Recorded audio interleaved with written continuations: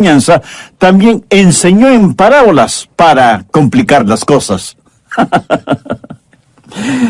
Utilizó las parábolas no solo para revelar, sino también para ocultar. Mire lo que él dijo en Mateo 13:11. Él respondiendo les dijo: porque a vosotros os es dado saber los misterios del reino, mas a ellos no les es dado. Y hoy vamos a estudiar la parábola que encontramos en el verso 33. Otra parábola les dijo: el reino de los cielos es semejante a la levadura que tomó una mujer y escondió 3 medidas de harina hasta que todo fue leudado. Bien, ¿de qué se trata todo esto? Creo que esta parábola es una de las más malentendidas de las 7 parábolas. Recuerden que la levadura es lo que se pone en la masa para que crezca. Ahora, la interpretación normal o general que se hace de esta parábola difiere totalmente de la enseñanza bíblica. ¿Cuál es la interpretación generalizada? Que la levadura es el evangelio, la mujer es la iglesia y que la masa representa todo el mundo. Que debemos predicar el evangelio en todas partes hasta que todo el mundo conozca del Señor Jesucristo. O sea, hasta que todo el mundo haya sido leudado con el evangelio. Ese es nuestro trabajo, nuestro gozo y nuestra responsabilidad, y un día de estos lo lograremos. Ahora, ¿por qué esta interpretación no es la correcta? Lo que voy a decir a lo mejor le sorprenderá o le molestará. Primero, porque la Biblia no enseña que todo el mundo vaya a ser alcanzado con el Evangelio de Jesucristo. De hecho, la Biblia enseña lo contrario. Enseña que en los últimos días habrá muchísima maldad e incontrolable rebelión. Veamos lo que dice Mateo 24:3. Y estando él sentado en el monte de los olivos, los discípulos se le acercaron aparte, diciendo: dinos, ¿cuándo serán estas cosas? ¿Y qué señal habrá de tu venida y del fin del siglo? Al contestarles, Jesús va a mirar a través del corredor del tiempo. Y desde el verso 4 tenemos su respuesta.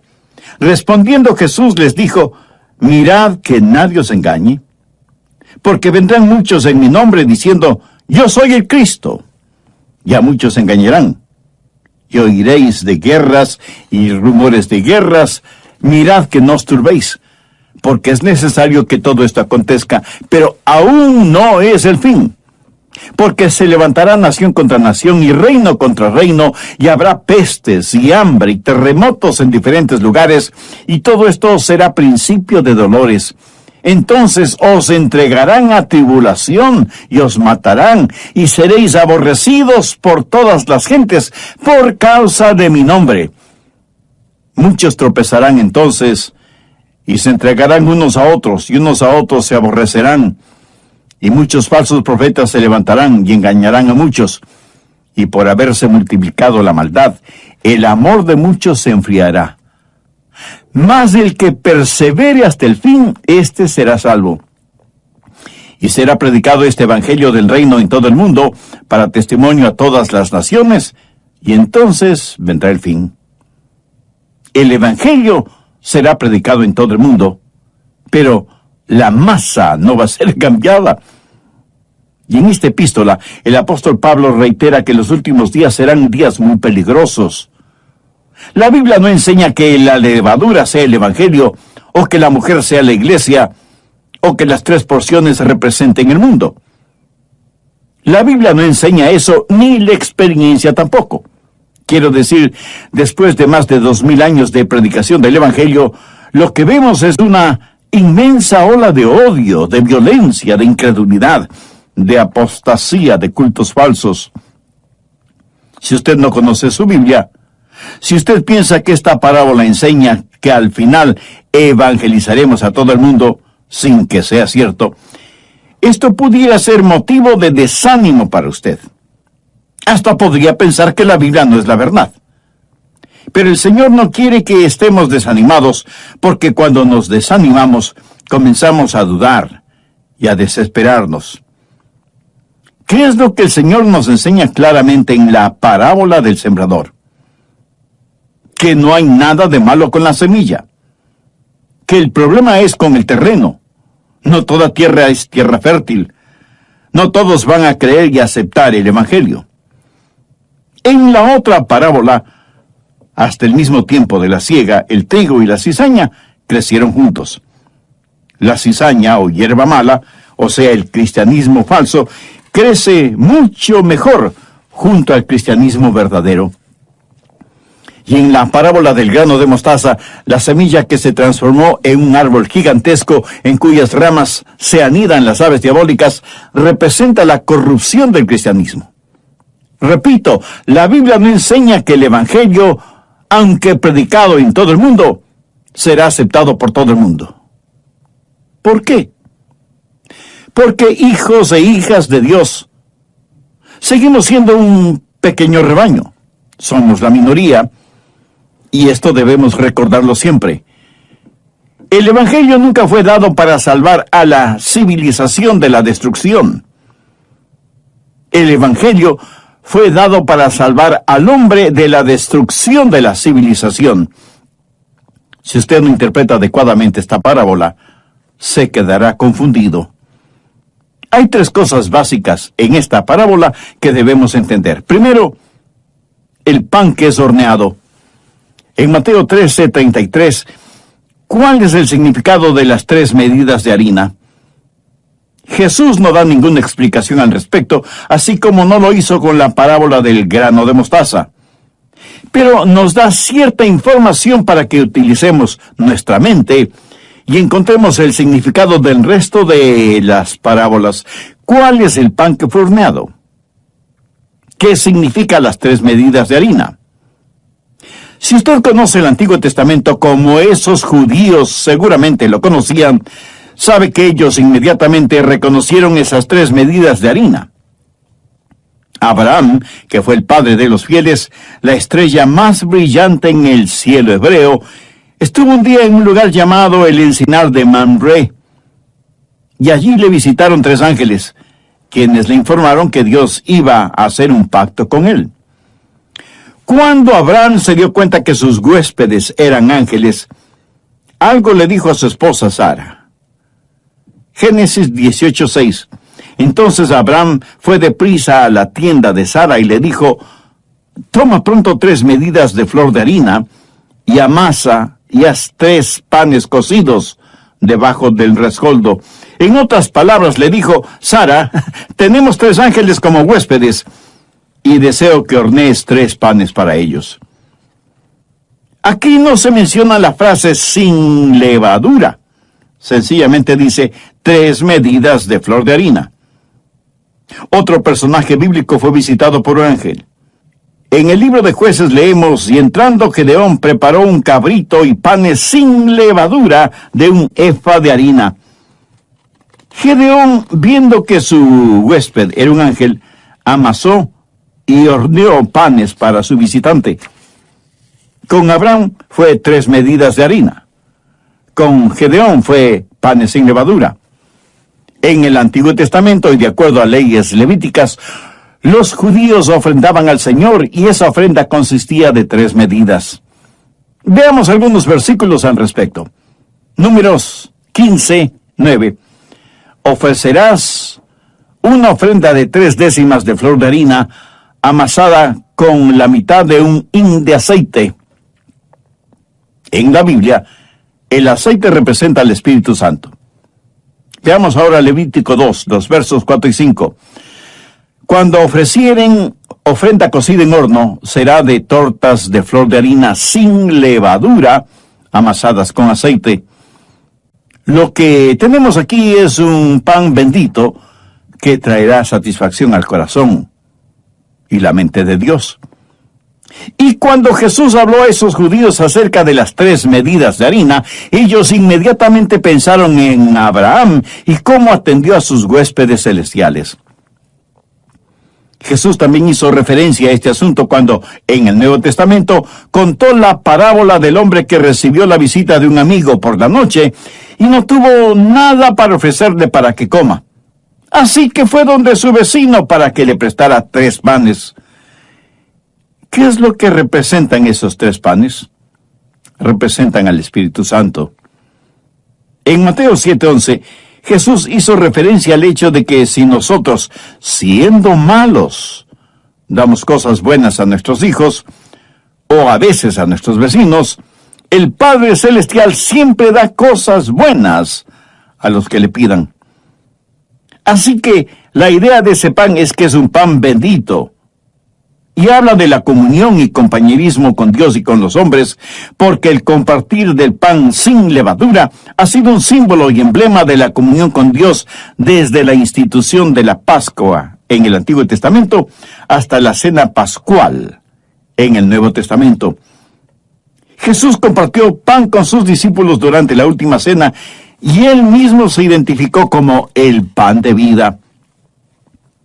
Recuerda la parábola del trigo y la cizaña. El trigo es representativo de los hijos de Dios, la buena semilla. ¿Qué es el pan? Podríamos decir que es trigo que ha experimentado la muerte, que ha sido molido, quebrantado y pasado por fuego, y aunque puede mezclarse con otros granos molidos, forman una sola masa con la cual se hará el pan. Los creyentes genuinos somos, por así decirlo, el trigo de Dios, la semilla de Dios, y hemos sido cosechados, limpiados, molidos, cernidos, pasados por fuego, horneados, para que podamos ser como pan apetecible y nutritivo. Y en conjunto somos la iglesia, la comunión de los santos con Dios. Segundo, la levadura latente. La ama de casa va a la cocina y pone levadura en 3 porciones de la masa. La levadura en la Biblia no es símbolo de lo bueno, sino de aquello que es malo. Representa lo malévolo que trabaja lentamente dentro de nosotros. La levadura trabaja silenciosamente. Nadie la detecta, pero es real. Causa fermentación. La masa se hincha y trabaja mucho mejor en condiciones o medio ambiente abrigado. Cuando los oyentes de Jesús le oyeron hablar de las 3 medidas de harina, pensaron en la ofrenda de Abraham en el Antiguo Testamento. ¿Por qué? Porque pensaron en la Pascua y cómo debían tomarla. Éxodo 12:8 dice, y aquella noche comerán la carne asada al fuego y panes sin levadura. ¿Lo ve? Comer la carne con panes sin levadura. ¿Por qué panes sin levadura? Porque la levadura simboliza lo maléfico. De hecho, desde ese tiempo comenzó un ritual antes de celebrar la fiesta de la Pascua. En el hogar, las madres eliminaban toda la levadura que encontraban y los hijos les ayudaban en esta tarea. No debía haber ni una sola pizca de levadura en la casa.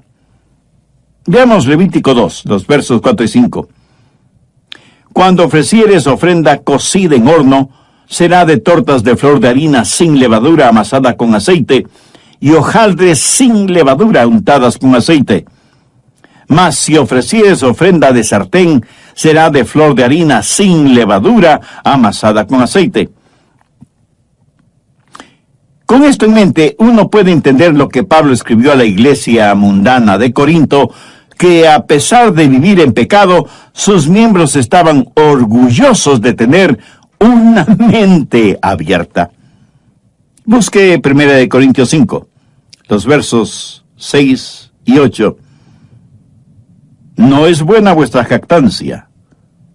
¿No sabéis que un poco de levadura leuda toda la masa? Limpiaos pues de la vieja levadura, para que seáis nueva masa sin levadura, como sois. Porque nuestra Pascua, que es Cristo, ya fue sacrificado por nosotros. Así que celebremos la fiesta no con la vieja levadura, ni con la levadura de malicia y de maldad, sino con panes sin levadura, de sinceridad y de verdad. El pan sin levadura representa sinceridad y verdad. La levadura espiritual nos envanece, nos vuelve jactanciosos. Por el contrario, La presencia de Cristo, el pan de vida, en nosotros, nos hace humildes. Personalmente creo que cada vez que en la Biblia se hace referencia a la levadura, esa levadura es un emblema del pecado. Pero hay un par de instancias en donde la levadura no es sinónimo de lo diabólico, sino de lo bueno. Veamos Amós 4, los versos 4 y 5. Id a Betel y prevaricad. Aumentad en Gilgal la rebelión, y traed de mañana vuestros sacrificios y vuestros diezmos cada 3 días, y ofreced sacrificios de alabanza con pan leudado, y proclamad, publicad ofrendas voluntarias, pues que así lo queréis, hijos de Israel, dice Jehová el Señor. Y alguien me dirá, pastor, ahí dice que hay que ofrecer sacrificios de alabanza con panes con levadura. Cierto, así lo dice. Pero aquí el profeta está hablando irónicamente, sarcásticamente. Les está diciendo a estos judíos mundanos que trataban de tener un pie en el mundo y otro pie en el servicio a Dios. Les dice que vayan a Betel a seguir prevaricando, que vayan a Gilgal a seguir con sus rebeliones y transgresiones, que ofrezcan sus sacrificios de alabanza con panes leudados. En otras palabras, el profeta les dice que son unos hipócritas, porque todo lo que estaban haciendo era pecado.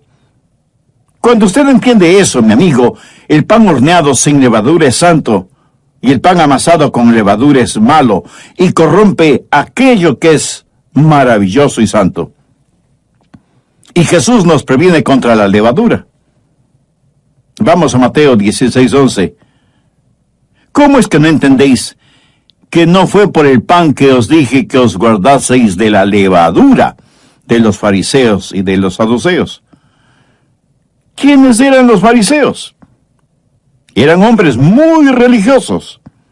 Tenían sus mentes llenas de escrituras, pero su corazón lleno de pecado. Su religión era externa, no interna. Tenían una profesión, pero ninguna posesión. Tenían leyes y mandamientos, pero no tenían vida. Y en Mateo 23:13, Jesús los describe de la siguiente manera: Mas ay de vosotros, escribas y fariseos, hipócritas, porque cerráis el reino de los cielos delante de los hombres, pues ni entráis vosotros, ni dejáis entrar a los que están entrando.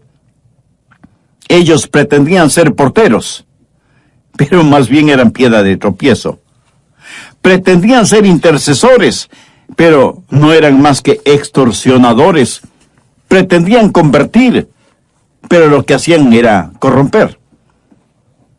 Cada uno de sus convertidos estaba doblemente condenado, porque como legalistas nunca habían nacido de nuevo y como religiosos no veían la necesidad de Jesús. Las personas más duras de convencer y alcanzar para Cristo son las que se autojustifican y son súper religiosas. ¿Y qué de usted, mi amigo? ¿Es un legalista religioso que piensa que no necesita a Cristo? Entonces es cuando más necesita a Cristo para que sea su Salvador y su Señor. Ahí donde usted está, este mismo momento, arrepiéntase de sus pecados y por fe, dele la bienvenida a Cristo en su corazón. Él murió por usted en la cruz para perdonarle, limpiarle y sanarle espiritualmente. Pídale que le ayude a ser un instrumento útil y de bendición en sus manos y dé gracias a Dios en el nombre de Jesús. Herodes fue un monarca libertino, buscador del placer. Vivió en la opulencia y a él no le importaba ni el legalismo ni el liberalismo de los judíos. ¿Qué le importaba? Él simplemente quería satisfacer todas sus necesidades. Fue un amante del placer antes que de Dios. Ahora, permítame hacer una pregunta. El legalismo, el liberalismo y el libertinaje no son las cosas con las cuales Satanás ha inyectado a la iglesia en estos días. Estas son las cosas contra las cuales Jesús advirtió. Y cuando él enseñó acerca de la mujer que puso levadura en 3 porciones de la masa, también enseñó, para que no haya ninguna confusión ni malentendido, cuál es el significado de la levadura.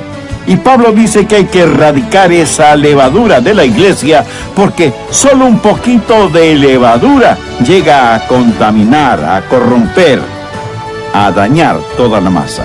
Se dice que los malos hábitos corrompen las buenas costumbres, y es verdad. Tristemente hay que reconocer que somos más propensos a imitar lo malo que vemos que a practicar lo bueno que se nos enseña.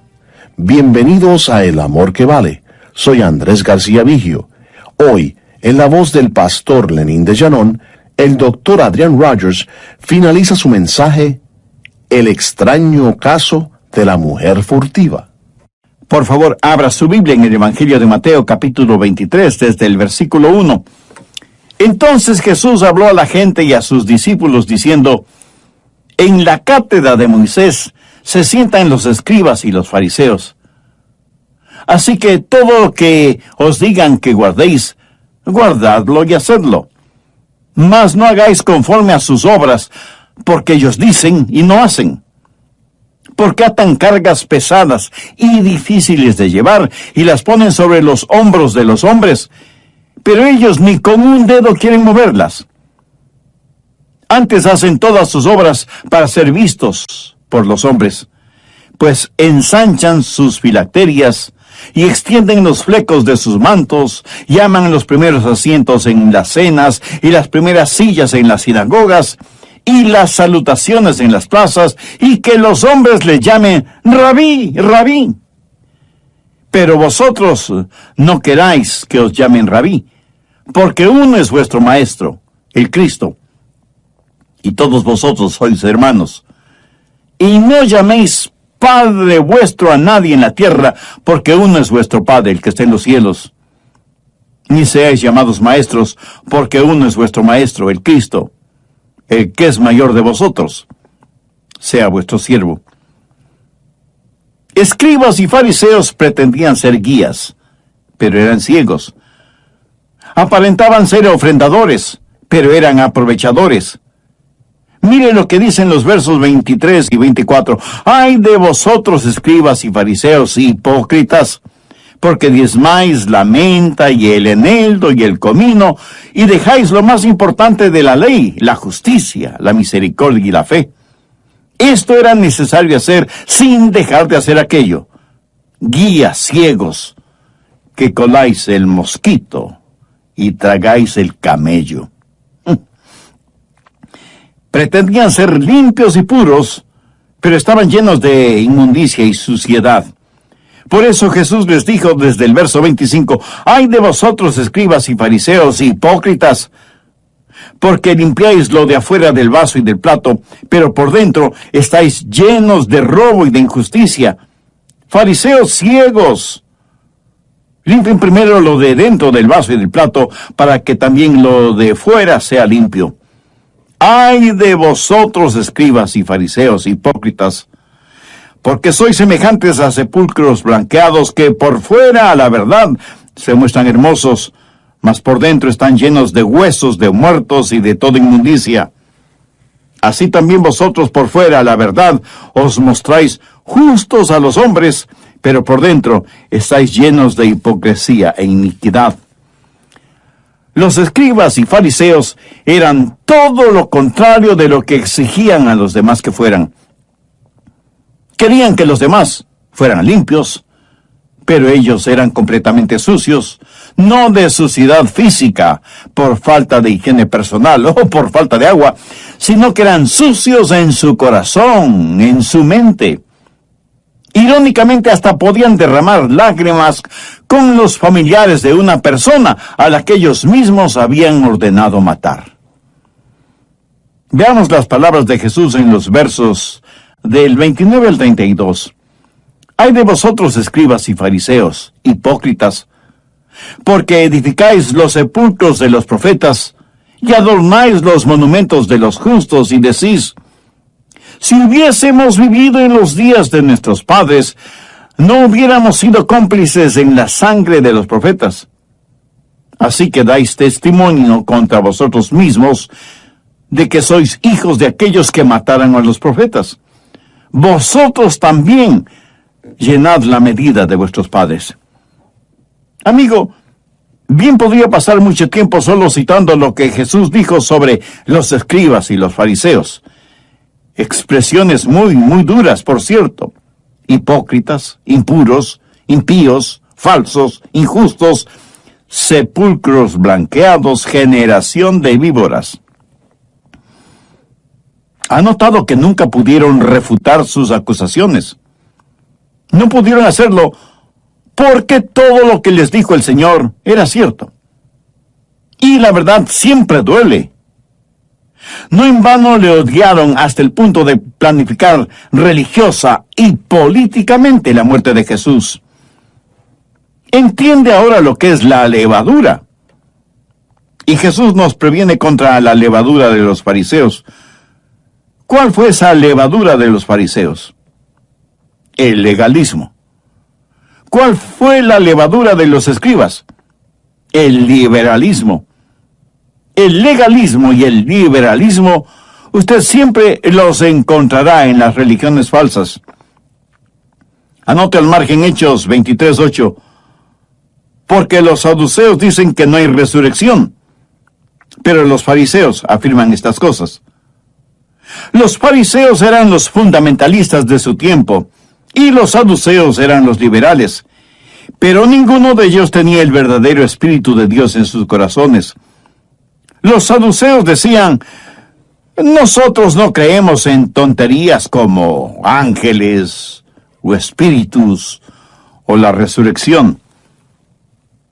Ellos se creían demasiado sofisticados, y Jesús advirtió contra ellos, porque no solo el legalismo, sino también el liberalismo penetraría con su levadura el pan que representa la iglesia y el cuerpo de Cristo, y ambas cosas son mortales para el espíritu.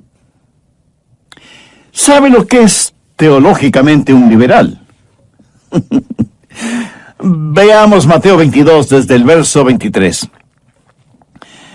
Aquel día vinieron a él los saduceos que dicen que no hay resurrección, y le preguntaron diciendo, si alguno muriere sin hijos, su hermano se casará con su mujer, y levantará descendencia a su hermano. Hubo pues entre nosotros 7 hermanos, el primero se casó y murió, y no teniendo descendencia, dejó su mujer a su hermano. De la misma manera también el segundo y el tercero hasta el séptimo. Y después de todos murió también la mujer. En la resurrección, pues, ¿de cuál de los 7 será ella mujer, ya que todos la tuvieron?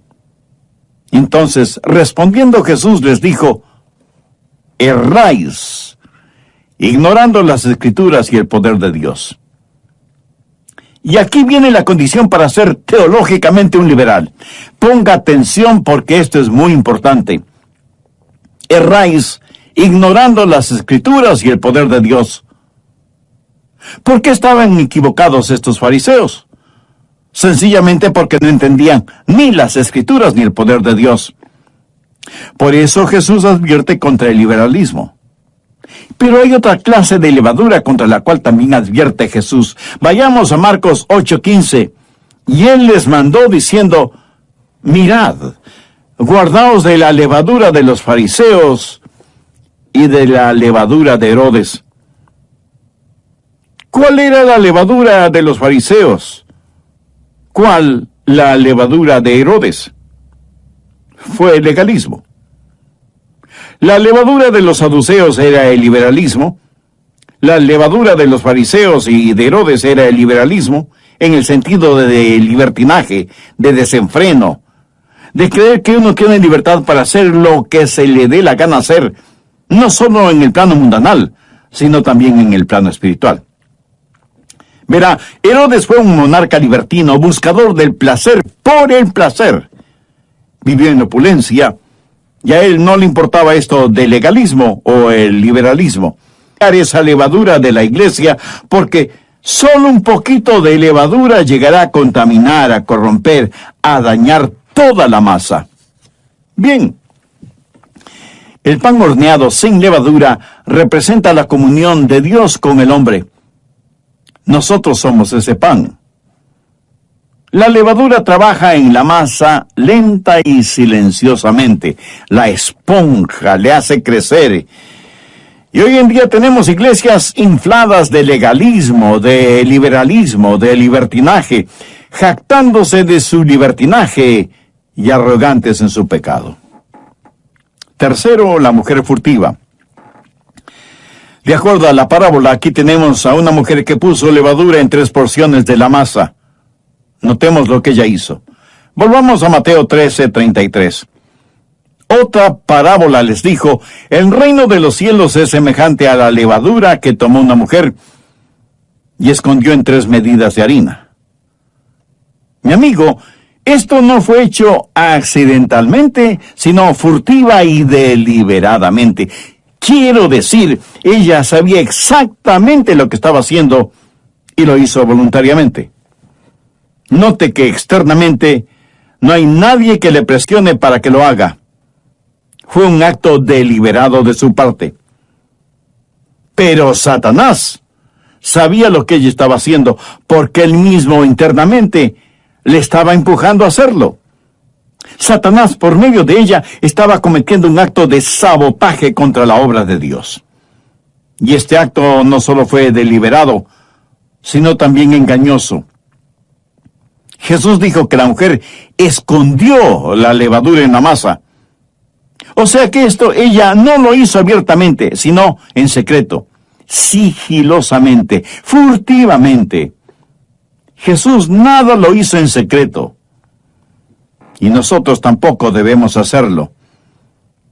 No debemos esconder el Evangelio, ni debemos esponjarlo, ni tratar de hacerlo crecer por medios ilícitos o ficticios. Sí, debemos hacer conocer el Evangelio por todos los medios posibles, pero honestamente, sin la levadura del engaño. Esa mujer realizó un acto deliberado, engañoso, diabólico, y no se necesita mucho para ver el poder de Satanás detrás de esa sutil levadura que, aunque hace crecer la masa, la hace crecer por medio de la corrupción. Y estoy seguro que alguien me preguntará: pastor, ¿por qué es que la mujer escondió la levadura en la masa? Bueno, le aseguro que esto nada tiene que ver con una actitud machista de parte de Jesús. Pero permítame explicárselo brevemente. La iglesia, la novia de Cristo, pues obviamente se la identifica como una mujer. Y como usted bien lo sabe, y yo lo estoy mencionando siempre, nosotros, hijos e hijas de Dios, somos la iglesia, o sea, la novia de Cristo. Todas ustedes, amigas que me oyen, seguramente están cansadas de todas las referencias masculinas en la Biblia, ¿verdad? Pero escúcheme con atención. La más extraordinaria referencia, la más noble referencia en toda la humanidad es que somos la novia. La iglesia es la novia de Cristo. Pero aquí surge lo que parecería ser un problema. ¿No habla la Biblia de una iglesia falsa, de una prostituta, cuando aparece una mujer haciendo algo equivocado y malévolo en las páginas bíblicas? Por ejemplo, en Apocalipsis 2:20 leemos: pero tengo unas pocas cosas contra ti, que toleras que esa mujer Jezabel, que se dice profetiza, enseñe y seduzca a mis siervos a fornicar y a comer cosas sacrificadas a los ídolos. La mujer furtiva de la parábola de Mateo 13 es la novia del diablo y representa a la iglesia falsa.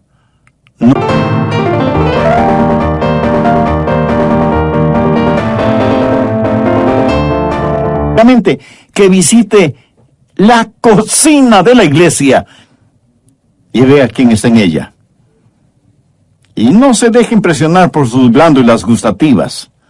Vea los ingredientes con los cuales se prepara la comida. Y esté advertido, atento, preparado para que no le den gato por liebre. El diablo no tiene solo una manera de trabajar. Recuerda la parábola del sembrador. ¿Cómo trabajó el diablo en esa parábola? Pues robándose la semilla. ¿Cómo trabajó en la parábola del trigo y la cizaña, imitando la semilla del trigo? ¿Cómo trabajó en la parábola del grano de mostaza, corrompiendo la semilla? ¿Cómo trabaja en la parábola de la levadura, infiltrándose en la iglesia? Y lo que el Señor Jesús está haciendo es mostrándonos qué es lo que va a suceder. Y estas parábolas abarcan el tiempo desde los días cuando Jesús sembró las semillas hasta el final del día del juicio, cuando la semilla caerá en buena tierra y dará su fruto, y el trigo será separado de la cizaña. Son parábolas y palabras de Jesús advirtiéndonos sobre estas cosas.